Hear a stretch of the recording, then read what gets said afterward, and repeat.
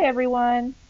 In today's lecture, we're going to start Chapter 2, Molecular Representations, and we're going to learn about the different ways that we can represent a molecule. So down below you can see 4 different ways of depicting the molecule propane. And first of all, the molecular formula for propane is C3H8. So there are 3 carbons and 8 hydrogens. Now we could draw a Lewis structure for this molecule, and that's shown down below. And that's really the same as a structural formula shown here. We also have the condensed formula, which shows the connectivity of all of the carbons and hydrogens and, which hydrogens belong to which carbon. And then we also have something called a line diagram. And we're going to get more into line diagrams or skeletal formulas, or sometimes we call them bond line structures. It kind of depends.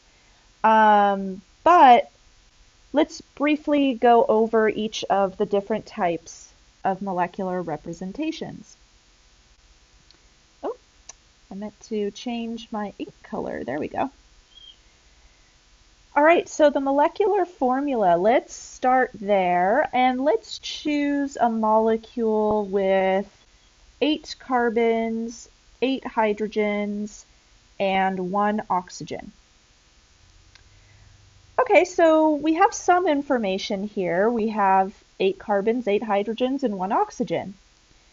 However, this doesn't tell us anything about how those carbons and hydrogens and 1 oxygen are connected. So there is no information on the connectivity of the molecule. So there's no connection information. Now we could also write out something called a condensed structure. So let me write out what that would look like for this particular molecule.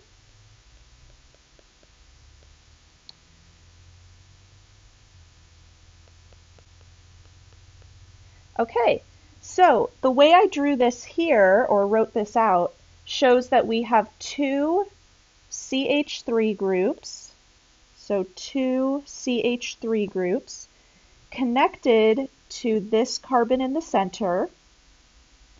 The carbon in the center is bonded to this hydrogen and this oxygen. And then that oxygen is connected to hydrogen. So this gives us a little more information. We are grouping similar groups, for lack of a better word.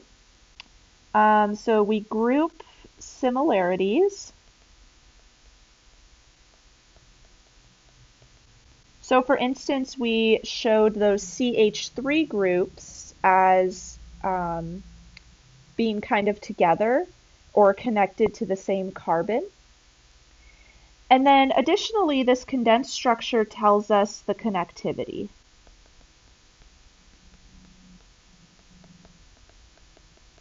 So this gives us a bit of a better idea about this molecule. Now, the next one, partially condensed, let me show you what that would look like.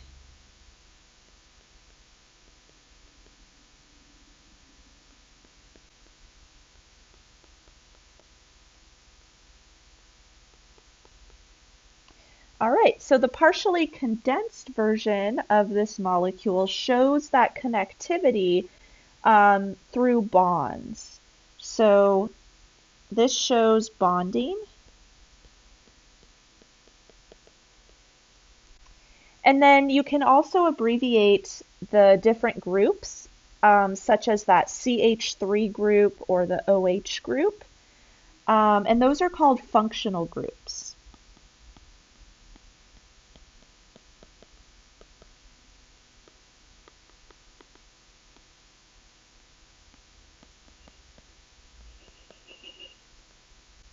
So CH3 is an example of a functional group, as well as OH.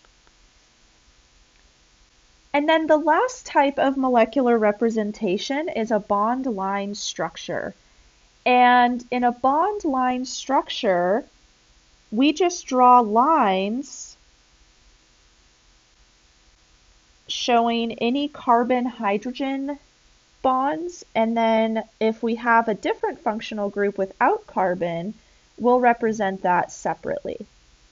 So each of the vertices or points along this bond line structure is a carbon atom. So I'll just put a little key over here.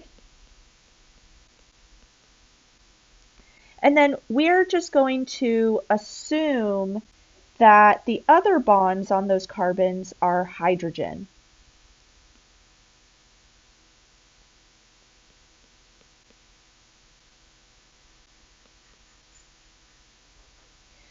Okay. Now I'm also going to draw the lone pairs on oxygen. We'll get into that in a bit. Now, if you want more practice identifying different molecular representations, I recommend trying the Skill Builder 2.1 exercise on page 50 of your textbook. Okay, so let's talk a little bit more about bond line structures because we are going to use this a lot in organic chemistry. And it's really important to understand how those structures work. Or even, for instance, how many hydrogens are on a carbon. So in a bond line structure, all of the termini and vertices are assumed to be carbon unless otherwise labeled. So for instance, let's look at the molecule acetone.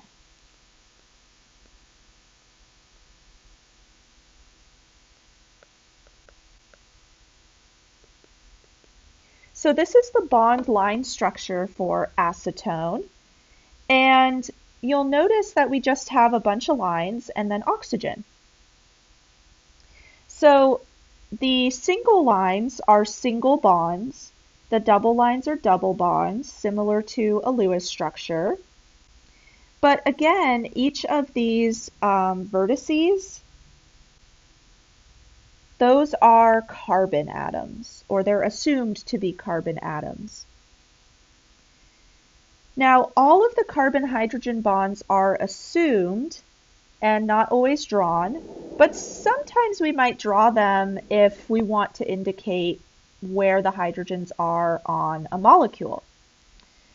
Now, additionally, lone pairs are assumed, but I'm going to ask that you draw the lone pairs for now because we're still learning about formal charge and where charges are on a molecule. So we want to be clear about that for now. But once we start getting into the second and third quarters of organic chemistry, I won't ask you to draw them all the time. So I'm going to also show you the partially condensed version of acetone, just so you can see where the carbons and hydrogens are on this molecule. So this was our bond line structure on the left.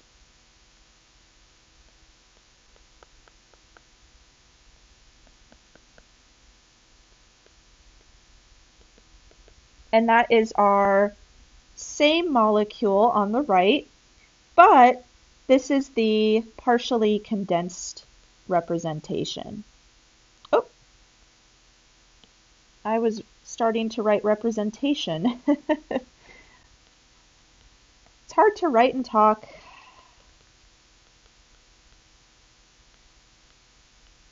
There we go, partially condensed. So you can see where the carbons are in relation to the vertices on the bond line structure. And again, we know that carbon is always bonded to four things, typically. I shouldn't say always, it's typically bonded to four things. So we can assume that, for instance, this carbon on the very left, we're only seeing one bond to another carbon. So the other three bonds must be hydrogen. And then this carbon in the middle, it has a double bond and two single bonds. So it must not have any hydrogens bonded to it because all of its bonds are already taken up by other atoms. Okay. So let's talk a little bit more about bond line structures. We're going to go over some tips for drawing them. So tip number 1, use approximate bond angles. So for instance, with acetone, I drew the molecule like this because I wanted to represent that 120-degree angle between the bonds. So if we're just looking at this central carbon here, it's bonded to 3 atoms, so its steric number is 3, and its geometry is trigonal planar, so its bond angles must be 120 degrees. Now it's okay if it's not exact, but you just don't want to draw something like this, for instance. That's a little more than 120 degrees, right? So yeah, this is not correct. So you want to be somewhat, approximate with your bond angles there. Number 2, use dashes and wedges to show a 3D layout if needed. So that might be something like methane, CH4. So you might need to draw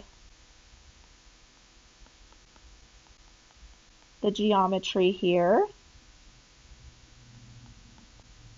So something like that.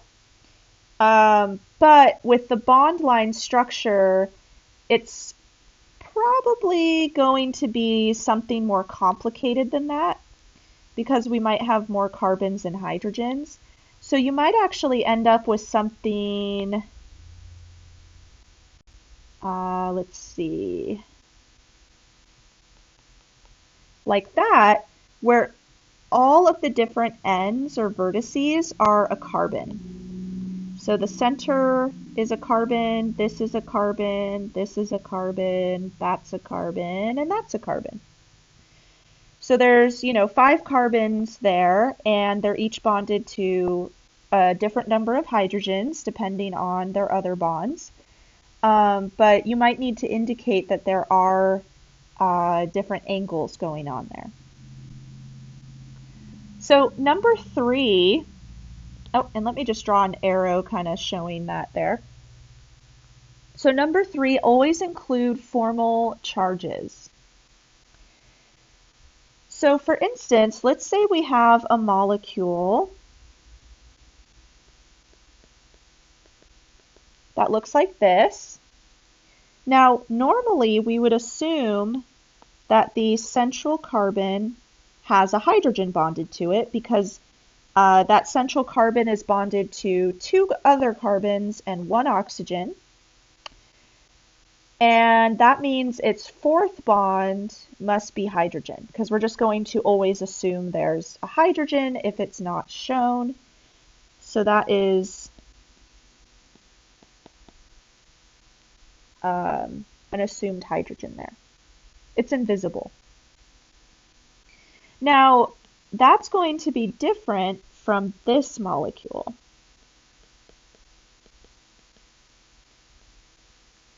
Where the central carbon has a positive charge.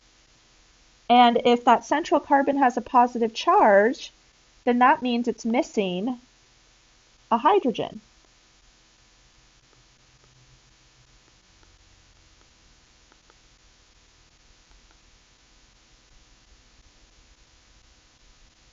So you always want to include formal charges in order to indicate whether there are invisible hydrogens there or if there are no hydrogens there.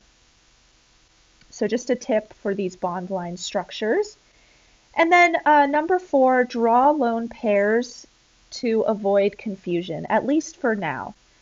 So as an example, let's say I gave you this molecule where the nitrogen has 2 lone pairs and a double bond. If we calculate the formal charge for that nitrogen, it's -1. But then let's say I show you this molecule where the nitrogen has a double bond but only 1 lone pair of electrons. That nitrogen would have a positive charge if we calculate the formal charge. So always make sure to show your lone pairs. That way we can avoid confusion about, is that nitrogen positively charged? Is it negatively charged? Is it neutral? For now, we're going to try to indicate that.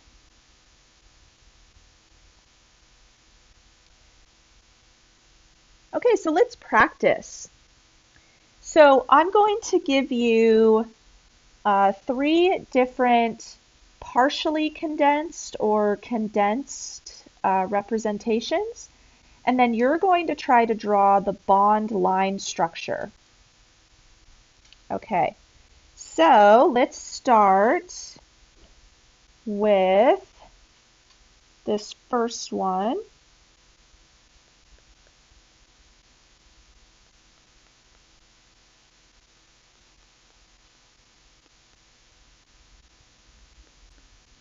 Okay, and let's actually do this one together just so you can get a feel for how to kind of translate between partially condensed and bond line structures. All right, so one thing that I normally start out with, I count the carbons. So we have 1, 2, 3 carbons. And we know that carbons are shown with either termini or vertices. So I'm going to draw the first carbon bonded to the second carbon. And I'm just going to show the carbons as dots for now until we get a little more familiar with bond line structures. And then I'm going to show that this carbon has a triple bond with the next carbon. Okay, so we have carbon 1, carbon 2, if my pen will work. There we go. And carbon 3. All right. Now, again, in bond line structures, we do not show hydrogens. We just assume that there's a hydrogen. So for carbon 1, there are 3 hydrogens there, but we're not going to show them in the bond line structure. It's just assumed that they're there. Now, if we had other atoms bonded to carbon, like an oxygen or a nitrogen, we would explicitly show that. But hydrogens, we just say, oh, they're there, just trust me. Now, carbon number 2 doesn't have any hydrogens attached, so we just leave it as it is, similar to carbon 1. So again, whether there's hydrogens there or not, we don't show them. Carbon 3 does have 1 hydrogen bonded to it, but again, we're not going to show it. So we never show hydrogens in bond line structures. All right, so let me give you 2 more.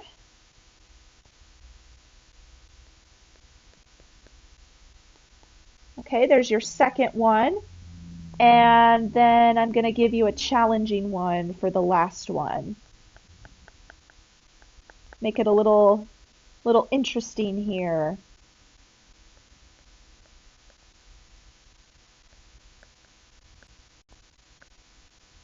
Okay, so I encourage you to pause the video and try those last 2 practice problems on your own. So try to draw the bond line structure.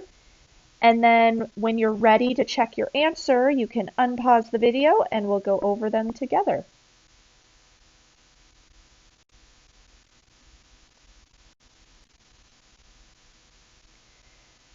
Okay, so let's look at that second problem. Okay, so this one is a little tricky because we're not shown the bonds, we're just shown the condensed form here. So let's count our carbons first. So we have 1, 2, 3, 4 carbons. Okay, so I'm going to, oops, there we go. I'm going to draw 4 dots that are all connected.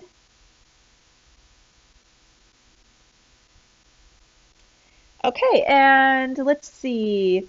The 2 carbons in the middle don't have any hydrogens bonded to them, but each carbon on the end has 1 hydrogen. So what kind of bonds would we expect here? Do we have all single bonds? Do we maybe have some double bonds or some triple bonds?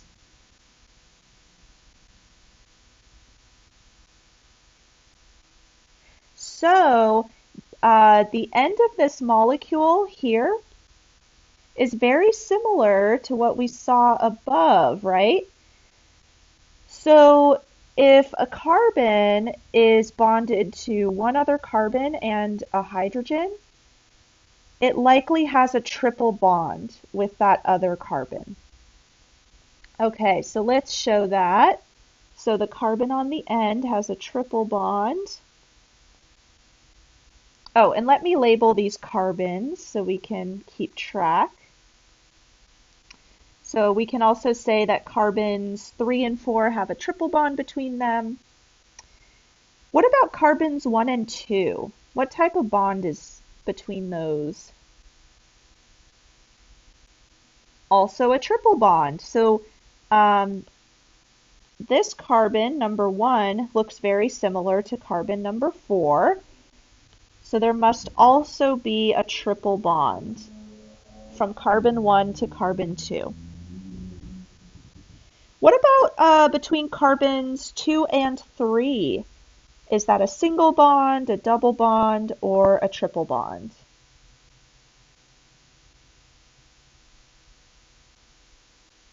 A single bond, because carbon number 2, for instance, has 1 triple bond and 1 single bond. So all 4 of its bonds are taken up, and carbon number 3 is the same. So if they're already bonded to or have 4 bonds total, then they don't have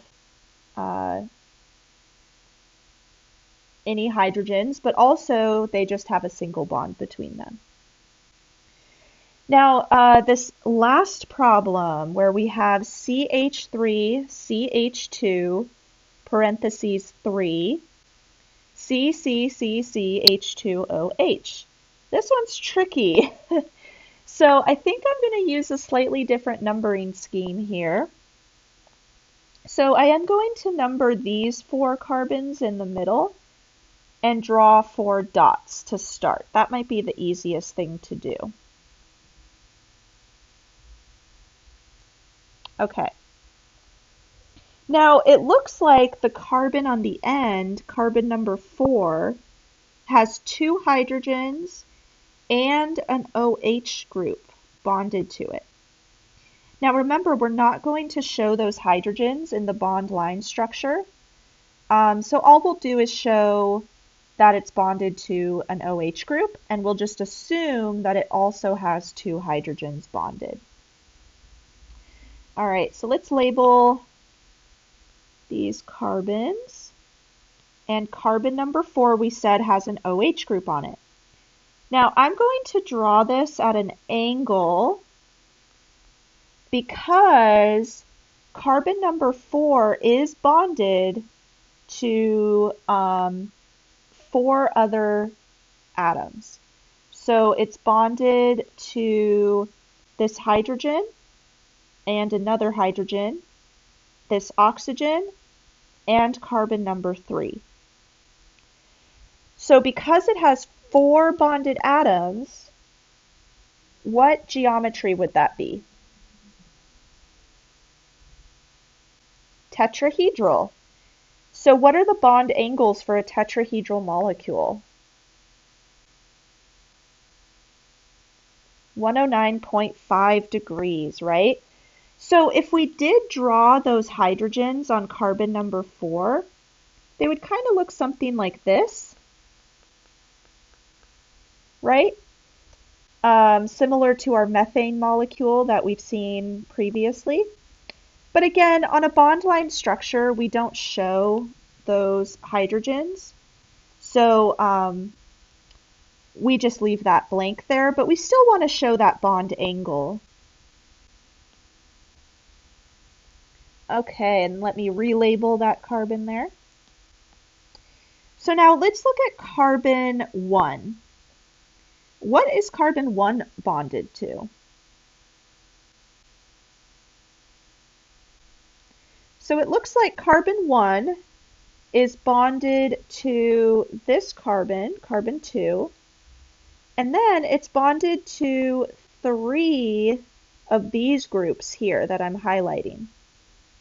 So it's bonded to a 2-carbon group. And this is actually called an ethyl group.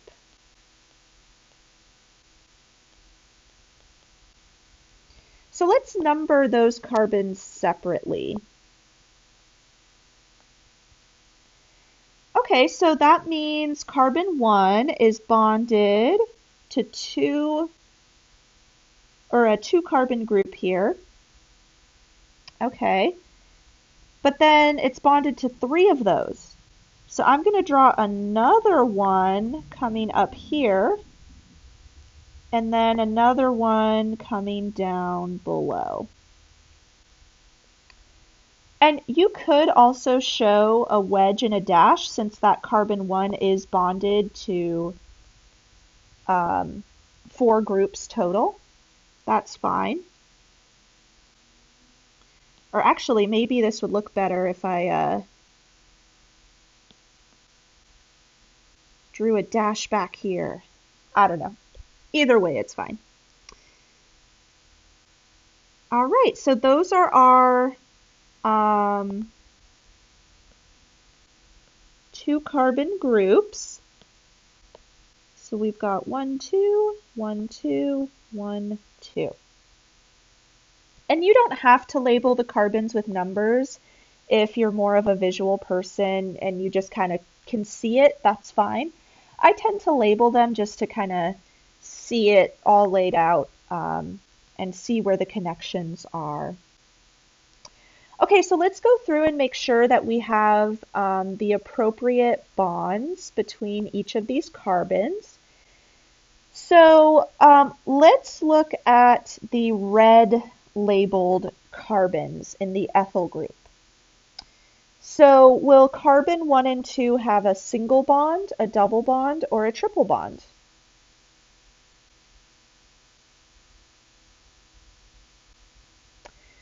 So they will all have single bonds in the ethyl group because each carbon is bonded to 4 things.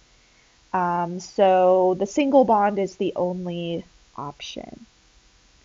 Now let's look at the blue labeled carbons in the middle. So carbon 1 and 2, what type of bond should they have? Single, double, or triple? Single, because carbon 1 is bonded to 4 different things. But what about carbons 2 and 3? What type of bond should they have? So are carbons 2 and 3 bonded to anything other than another carbon? No. So they don't have any hydrogens or oxygens or nitrogens. So that tells me that there is a triple bond between carbons 2 and 3. And that's very similar. So I'm just going to highlight over these.